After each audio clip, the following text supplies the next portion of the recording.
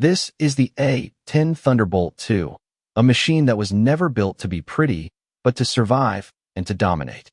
Among the pilots, it's known by a much more fitting name, the Warthog, because its look is brutal, its purpose unforgiving, and its presence unforgettable. In the uncertain years of the Cold War, one problem became clear to the U.S. military.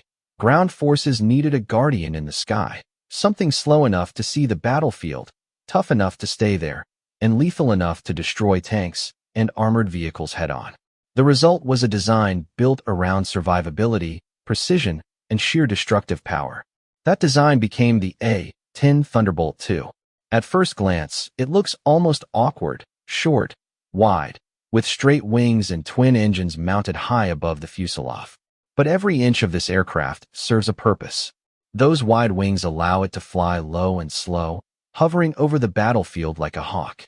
The engines are placed high to stay away from ground fire and debris. And that strange-looking nose hides the most powerful aircraft cannon ever mounted on a plane. That weapon is the GAU-8 Avenger, a 7-barrel, 30mm Gatling gun capable of firing nearly 4,000 rounds per minute.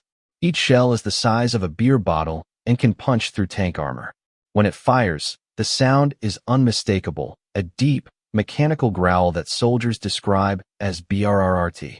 To the enemy, it's a sound of doom. To the troops on the ground, it's a promise of salvation. But the A-10 isn't just a flying gun. It's a fortress in the sky. The pilot sits inside a titanium bathtub, a shell of armor designed to withstand direct hits from anti-aircraft rounds. The aircraft systems are heavily redundant. Twin hydraulic systems, manual backup controls, and armored fuel tanks mean that even when damaged, it can keep flying and keep fighting. There are real stories of A-10s returning to base with half a wing missing, holes torn through the fuselage, and one engine completely destroyed. And yet, they made it back. That's not luck, that's design. The A-10's mission is called Close Air Support, or CAS.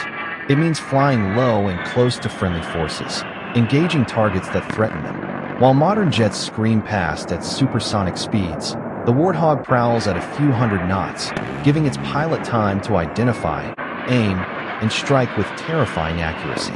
The bond between A-10 pilots and ground troops is legendary. Infantry soldiers call it their guardian angel. When things go wrong on the ground, when they're pinned down, surrounded, or outnumbered, the roar of the Warthog overhead changes everything. Its ability to loiter over the battlefield for long periods gives commanders constant support. It can deliver precision strikes using rockets, bombs, or its cannon, always close enough to make a difference, but careful enough not to endanger friendly troops. The A-10 proved its worth in Operation Desert Storm in 1991.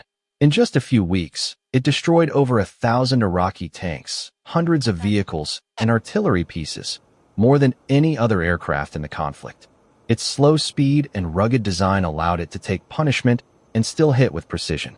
Later, in Iraq and Afghanistan, the A-10 adapted to new types of warfare, engaging insurgent targets, protecting convoys, and providing overwatch for special forces. It became a symbol of reliability, a reminder that technology alone doesn't win wars. Persistence and courage do. Yet, even legends face challenges. Critics have long argued that the A-10 is outdated, too slow for modern air defense threats, too specialized in a world of multi-role fighters. The U.S. Air Force has repeatedly proposed retiring it, replacing it with newer jets like the F-35. But every time that discussion comes up, the voices of soldiers and commanders rise in protest. They know what it means to have an A-10 overhead, and what it means to fight without one. The aircraft's simplicity, durability, and low operating cost make it uniquely effective in the role it was born for, saving lives on the ground. Even as technology evolves, the A-10 has not stood still. Modern upgrades have given it advanced targeting pods, precision-guided munitions, and digital communications that connect it to the wider battlefield network. What hasn't changed is its mission and its attitude.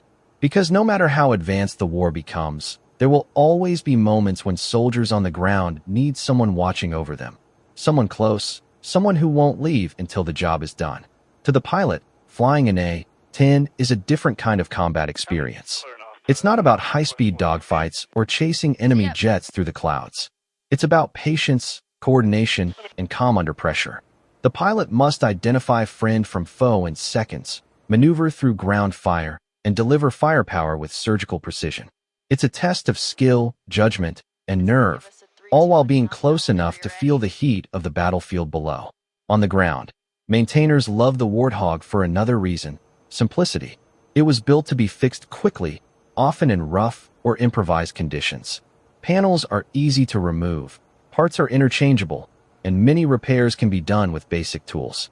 That practicality keeps the A-10 in the air and keeps soldiers alive. The aircraft embodies a design philosophy that's rare today, one that values function over form and purpose over prestige. The A-10 doesn't need stealth or speed to be feared. It just needs to show up. Ask any A-10 pilot, and they'll tell you, it's not glamorous. It's demanding. It's intimate. They fly closer to danger than almost anyone else in the air.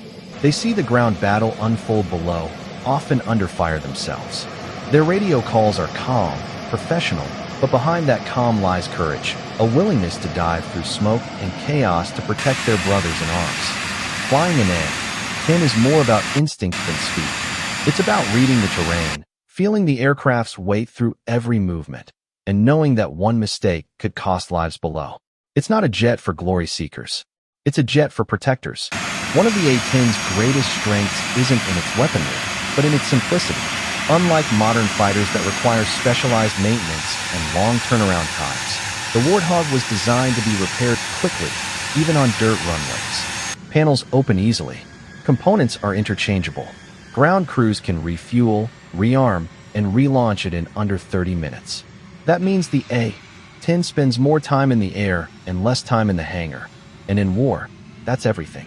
The A-10 is, in many ways, the last of its kind, a relic of a design philosophy that valued function over flash.